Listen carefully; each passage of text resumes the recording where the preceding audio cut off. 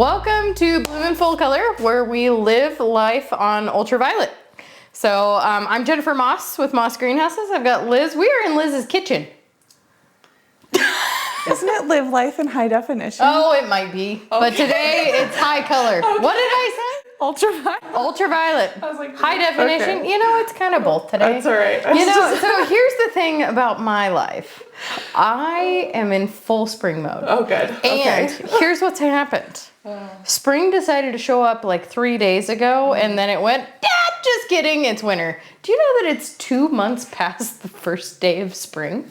No. And it was 32 degrees in Jerome this morning. Wow.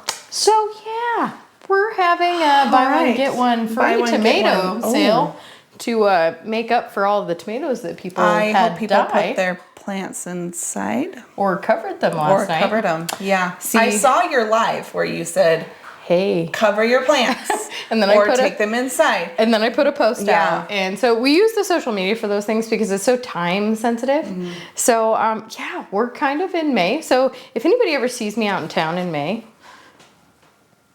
maybe don't make eye contact sometimes because I'm kind of crazy.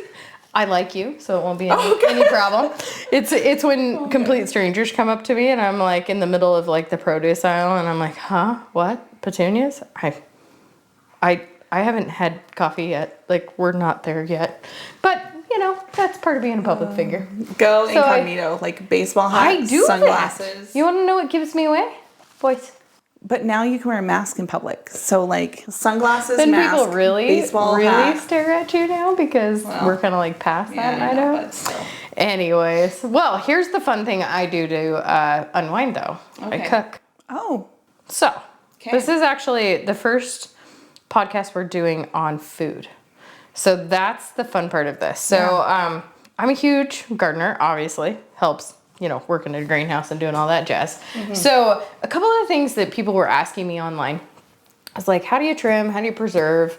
So there is if you've got an extra ice tray, something like a chive is really simple. So you're going to just cut it off and just have the chive and then chop it up the best you want, right? So any herb that you're cutting, so here's a little bit of golden lemon thyme with a chive. That chive wanted to be involved. Yeah. He was feeling left out. Mm-hmm. So, and if you're ever wondering what an herb smells like or tastes like, rub the leaves. And smell your fingers. That's good idea. You know, rub your fingers, smell them. That can go a lot of different ways. But really good though. Yeah. This is one of my favorite herbs. I absolutely love this one. I didn't actually use it in anything today because I wanted to experiment with some different herbs. So this one is absolutely one of my favorites. So you know what I do is I'll chop it up. And then I get an ice cube tray and then I put each different herb in, or if I want to do like an Italian combo, I'll take the 3 I want, put them in there, and then you can either do water or I like olive oil. Okay. And then you just freeze it and then you pop them out when they're frozen, put it back in the freezer. Whenever you're ready to use fresh herbs, especially like end of season, it's a great way to preserve it. As far as like trimming an herb, you're gonna wanna leave growth on it. So on a basil, and I meant to bring plants, obviously it's May and just didn't quite go that way today, especially because we were transporting, but we'll start to do that in the garden when we're doing the next ones. But on a basil, they kind of have a bract, so think of it as a T, right? So you got a base stem and then you've got a T. As long as there's 2 leaves down below, cut above. Oh. So you can cut all the way to the base if there's 2 leaves brown, because it'll just keep flushing. And I brought you lots of basil to play with. Ooh. And I made some pesto. So, a couple of different things I did today. I made some stuff that's a little bit easy to throw together, stuff that's more of a condiment, and then things that are really accentuate your food. So we're gonna taste and try today. Then we're gonna feed Zach, the cameraman, because Zach needs to eat. Zach needs to eat too. All right, so first things first. My mom and I discovered this salad, and I pulled a lot of these recipes from actually Sunset Magazine. So Sunset Magazine is very specific to kind of the West. And so it uses herbs we grow, right? So this is actually a potato chicken salad. I threw 2 spoons in so we can both taste it. So it's gonna have pieces of chicken, celery, baby potatoes. We've got some green onions through it, and then it's got 3 different kinds of herbs. So it's got dill, basil, and mint. So there's a lot going on in here, but it uses olive oil and red wine vinegar and salt and pepper. That's it. That's nice. And it keeps really well. I suggest making it ahead so that the herbs can kind of like get in and flavor it. I tasted it right after I mixed it. I was like, yeah, it needs an hour. Because the herbs have to sit and actually like let their essence into the salad. Yes. So let's dig in. I am a huge fan of the dill. That's probably my favorite part. And here's the irony. I'm allergic to celery, so I'm going to avoid pieces. Don't eat that. Here do we, I was going to clink us. Cheers. Cheers. I'm hungry. I didn't have lunch. It's 4:30. That's a typical May day for me. I could eat that every day. It's delicious.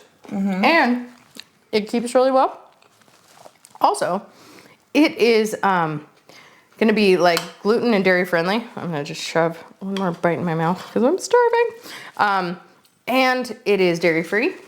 And it'll hold for a whole weekend if you needed it to. It's a great thing for a potluck. Also, it's a good spot if you want to play with different herbs. You don't have to follow the recipe. Food prep.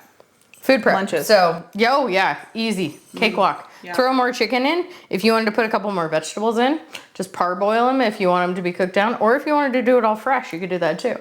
I just boiled the potatoes in a water with Himalayan sea salt.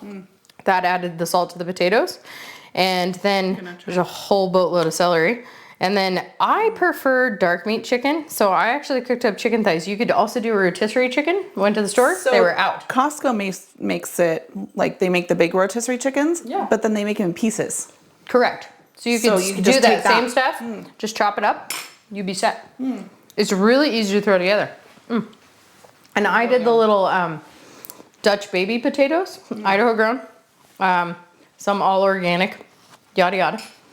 So this is delicious. I'm leaving you a whole chunk of it. So it's amazing. You're gonna be eating that all weekend. I think my kids would love it. Yes, it's sneaky because it's still healthy. Because kids don't love vegetables, you know. No, but they would love that because it's got potatoes and celery isn't scary to kids. No. Celery seems to be a safe one. I can get my kids to eat celery without any fight. So, you know, peanut butter always helps. Peanut butter would be a little weird in that. So maybe avoid that. Okay, so have you ever heard of chimichurri sauce? No. Okay, so what pico de gallo is to Mexico, chimichurri is to Argentina. It is an herb sauce that you put on steak. Okay. So this one has got, I believe, 5 different kinds of herbs. It's got parsley, mint, basil, cilantro, and oregano. It's got a bell pepper, and it's got a little bit of white wine vinegar, olive oil, part of a white onion, and a bell pepper. So it's got kind of I wanted it to meld in its flavors a little bit, but I want you to give this a try. So you would drizzle this over your steak. And I will try it with my spoon. I'm healthy, I promise. You're fine. So the idea is you drizzle this over your steak. That would add so much flavor to a steak without doing butter, without doing a cream sauce. This is something that Argentina is known for. I'd put that over chicken and fish. In a hot second, right? Like anything. Yeah. So they traditionally do it with steak because they're a very big beef country. Obviously, you know, it's going to be whatever meat you prefer, but it has got incredible flavor. That's not even spicy. I don't like spice, and that's not spicy. There's nothing spicy in here. Yeah, that's amazing. Yeah. The onion would probably be the spiciest thing. So how long will that stay? Being that it's got a little bit of lemon juice in it to preserve, I'll probably get a week in the fridge. And then the herbs will start. So the thing about almost all these recipes, I use citric acid as my preservative. So I do a lot of lemon juice. I'm a huge lemon fan. Yeah. We were talking about that a minute ago. Lemon is a win for me. So I think lemon is in every recipe except the dip we're gonna do at the end. I'm a big lemon fan. Yes, and two birds, one stone. So you get an accentuation of flavor, it pairs well, and it preserves. So win all the way around. Amazing. Okay, so I am trying a new recipe. So we are guinea pigging it today. Okay. All right, so normally I make shortbread cookies with lemon thyme. And I do a little bit of lemon extract. Thyme finishes off. This time I did lemon rosemary. Oh. Shortbread cookies. Now, I don't love rosemary every day of the week. I think it's really good with meats, but once you kind of play with, you know, starches and carbs and different, more sensitive parts of the palate, so to speak, that absorbs the flavor a lot stronger. I'm a little bit on the fence about rosemary. So I wanted to try this out to see how strong it was. It's a perfect accent. So these are lemon shortbread cookies with rosemary in them. So I don't need a whole cookie or I'm never gonna leave the kitchen. I'll roll out. But, I just want sugar. It's Friday. I always want sugar on a Friday. But it's just subtle. Just enough. It's not overwhelming. The kids would eat it. I could eat a whole batch of those. In a hot second.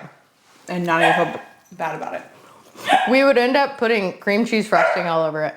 Pardon the barking in the background. We have adorable dogs playing in the living room because we're real people. So, they really want to say hi to you guys. I gave them treats.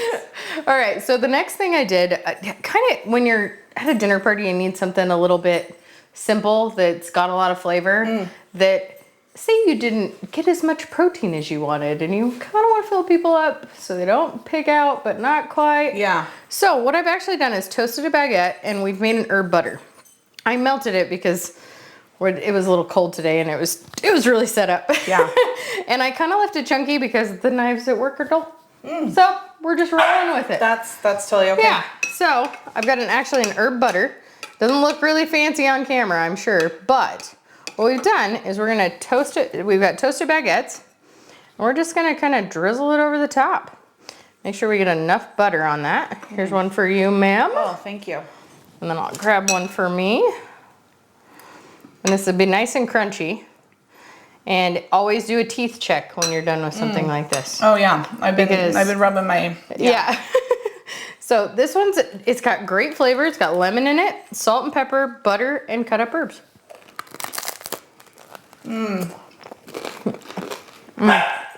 That tastes like spring. That was a midnight snack. Yeah. It's delicious. I can see this with a cold beer on the patio in the summer, fresh out of the garden. You just keep it in the fridge. You take that to your friend's barbecue. In a hot you're second. The hit. You're the hit. And all you did was bread and butter. Everybody wants you. Yeah. It's absolutely hilarious. And that's the fun thing about herbs is there's a ton of flavor without having to do anything too extravagant. That's the beauty of herbs. I absolutely love cooking with herbs. I used to be scared of herbs, and a lot of people are. It's because you're kind of, so the stuff at the grocery store has been dried down. You might get it anywhere from 6 months to a year later. Yeah, as you can tell. Correct. Everybody has a spice cabinet like that. There's kind of this whole new movement of females who are starting their own companies that are fresh herbs. So there was a whole spread in it. I believe it was in Bon Appetit magazine a couple of months ago. It was really impressive. So anytime there's a spice shop, I stop. I want to check it out.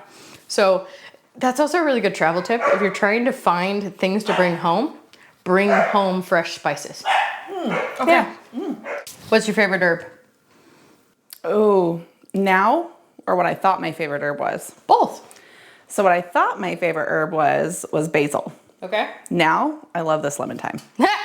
Okay, well then I'm playing to both. Yes. Okay, so I don't like normal things. Okay, let's start there. I like things a little bit out of the box. So first off, I have a cheese intolerance. Like I just don't do dairy. So when you go and get pesto somewhere, it's usually full of Parmesan. I love Parmesan, don't get me wrong. It just doesn't love me. So I've gotten a little bit more creative with my foods because I kind of have to replace that umami cheese, that creaminess, that salt, that flavor. And so I actually take basil.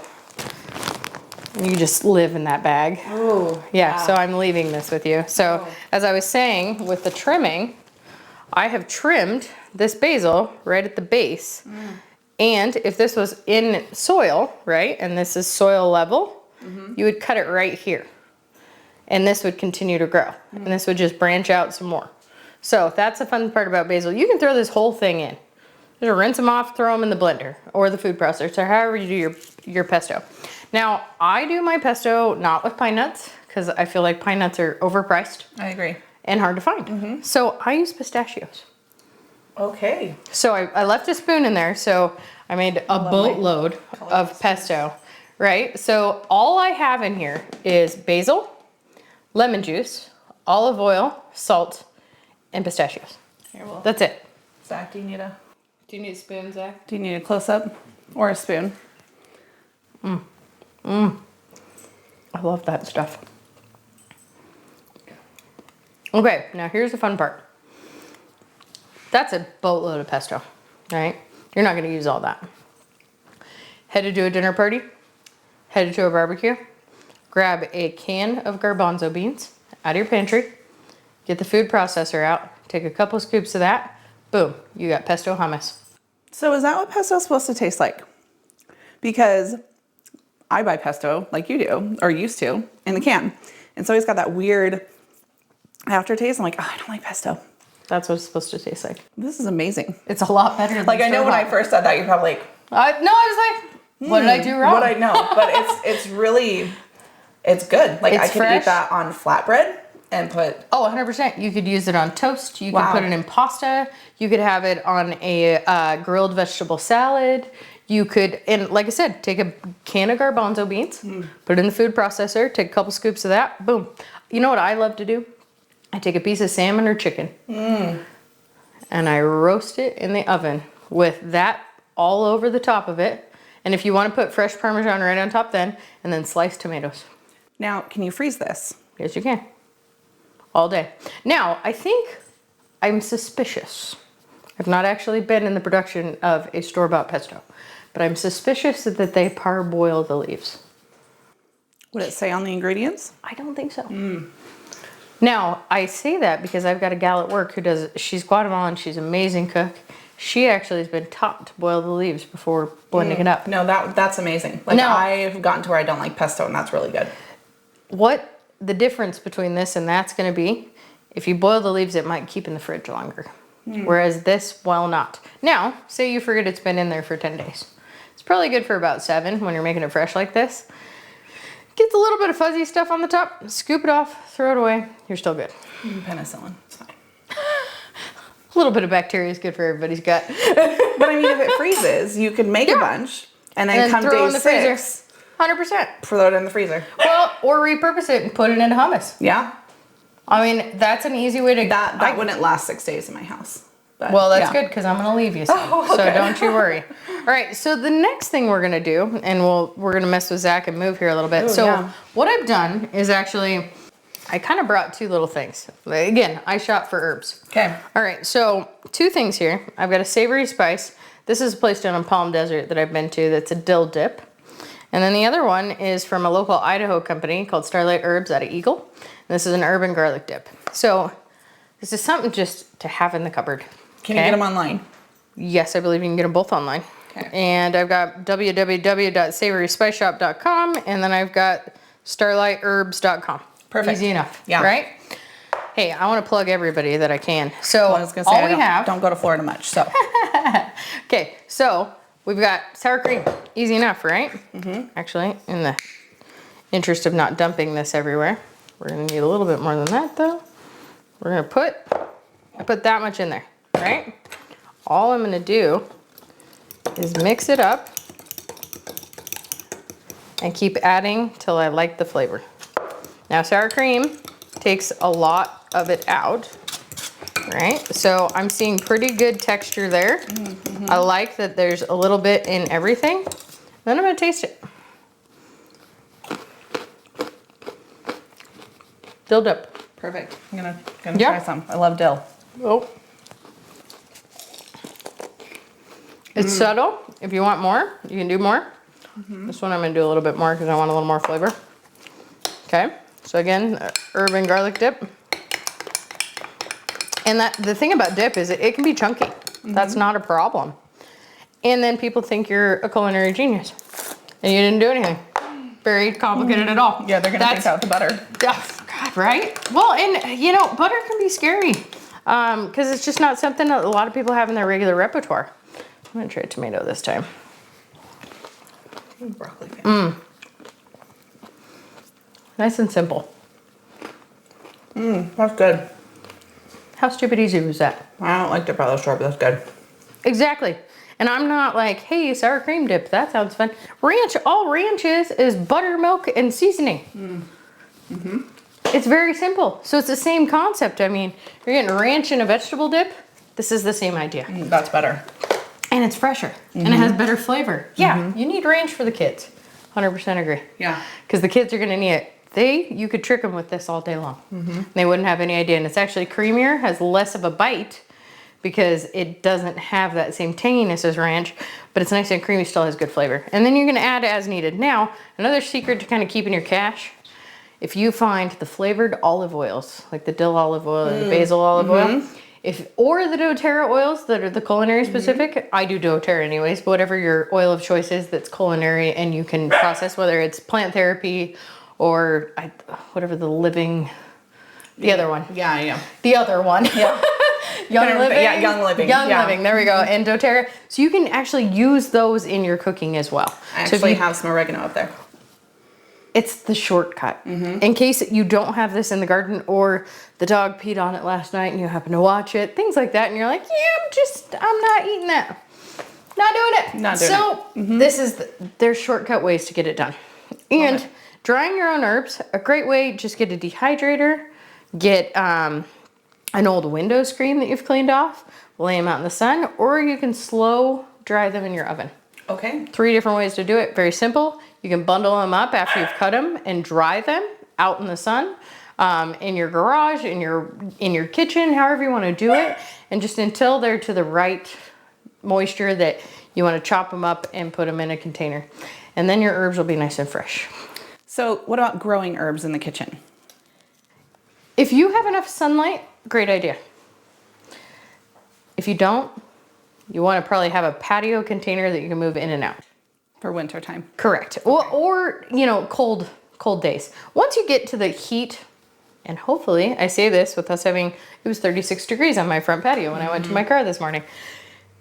Once it warms up, which hopefully we're turning that corner, by the time this airs, we will have turned this corner. Have a container and put it outside. And just have it outside and cut on it. I made sure that my herbs were somewhere where I walk by every day now. So they're in my front patio container that is what's right by my front door. It's all herbs now so that I can't miss it. Okay. So I put it right in my way. And herbs are pretty, and you can throw flowers in with herbs. Nobody cares. So is there any kind of, because I know with vegetables, there are certain vegetables you can't plant next to each other. Is that the way with herbs? They have bullies and buddies. Okay. That's the best way to say it. There are some herbs that like to be by others. There's some that don't. Be careful if you plant mint, because mint is invasive. Yes, I know. As I saw it on your footstep as I was walking in. Yeah. If you never want to plant anything else there again, and you don't care if it spreads, it's great. But if you want to in 2 years, 1 year, next week, don't plant it there. Put it in a container because it will have runners and it will spread. It is invasive. Lemon balm is a cousin. So you gotta be a little careful with lemon balm too. Now, you've got oregano and marjoram, they're cousins. Cilantro and coriander are the same plant. A lot of people don't know that. No. And cilantro, aggressively cut. Just aggressively cut all the time because it'll just keep coming. Same with parsley. Parsley is actually a biennial. It only lives 2 years and then it dies. Okay. There's a short list of plants like that. Basil, you want to wait until you're through all frost damage. We've actually got a couple of different kinds. We've got one that turns into a shrub. Oh. Yeah, it's called a Mazel Basil. It's a Proven Winners brand. I recommend that for in the ground because it gets a little woody in a container. But then like all of our Genoveses and our Nufar and our Dulce Frescos, our Amethyst, those are all really great for a container, but it's completely up to you. It really just depends on your space. So is there any herb that we cannot grow in Idaho? Oh, there are several, but it really just comes down to temperature and what you're willing to do. If you can get the seeds and you can start it, you can grow it. Perfect. That's great. I'm not going to tell you can't grow anything. Yeah. Now, blueberries and blue hydrangeas, they're not going to produce for you. Sorry, pH sucks here. Yeah. Don't know what to tell you. But, and there are some people that are so dedicated. They're like, I'm going to water with the right water every time. And I'm like, not going to matter if you put it in the ground because there's a salt shelf here. Because for thousands of years, our water's been like this and made the soil much, much worse. But, right. you know, we all get through it. Perfect. Well, I'm excited. I'm Yeah. going to grow herbs. And you might be making pasta tonight with some pesto. Yeah, and I'm going to get all these recipes from you. Heck yes. And I did get a lot of them off of sunset.com. I really, truly, when I was looking for the potato recipe, it just made sense to, because they do a good job about talking about the herbs, talking about how to grow the herbs, how to incorporate it into your landscape, how to preserve it, how to cut it, and then how to cook with it. Yeah. So, I mean, if you're looking for resources, there's tons of stuff out on the internet. Don't be afraid to try something. I mean, I always use recipes as a guideline. I'm that cook, and I'm a fusion cook. I mix things all the time. That's pesto. All you need to do, you need a fat, you need a nut, or some kind of thing like that, and an herb. It could be, oh gosh, if you take roasted pepitas, so little pumpkin seeds, right? You roast them and get cilantro, you can turn that into a pesto that is delicious on salmon. And that is a recipe I've also found online. So just don't be afraid of it. Perfect. Yeah. Well, and I think we'll probably link some of those recipes too, so that'll be really good. Well, thanks for letting me come into your kitchen and cook. Yeah. It's a good thing I didn't eat lunch, because now I'm going to pig out. We're gonna let Zach pick out too. Exactly. Well, thank you guys so much for watching. Again, be brave out in the kitchen and be brave out in the garden. There is absolutely no reason not to try some new things. And again, live life in full color. Plain's pretty boring. Thanks for watching.